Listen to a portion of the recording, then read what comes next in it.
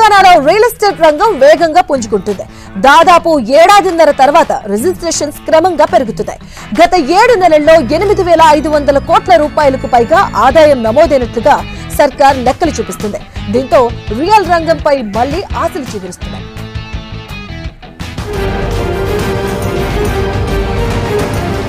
తెలంగాణలో పుంజుకుంటోన్న real estate 7 నెలల్లో 8,679 కోట్ల ఆదాయం.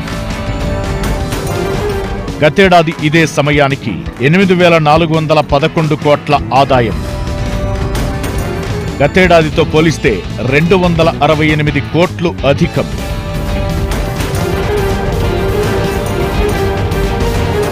తెలంగాణలో రియల్ ఎస్టేట్ రంగం బాగా పుంజుకుంటోంది. ఈ ఏడాది ఏప్రిల్ నుంచి అక్టోబర్ వరకు స్టాంపులు, రిజిస్ట్రేషన్ల శాఖకు 8,679 కోట్ల ఆదాయం వచ్చింది. గతేడాది ఇదే సమయానికి 8,411 కోట్లు రాగా ఈసారి 268 కోట్ల రూపాయలు అధికంగా వచ్చింది.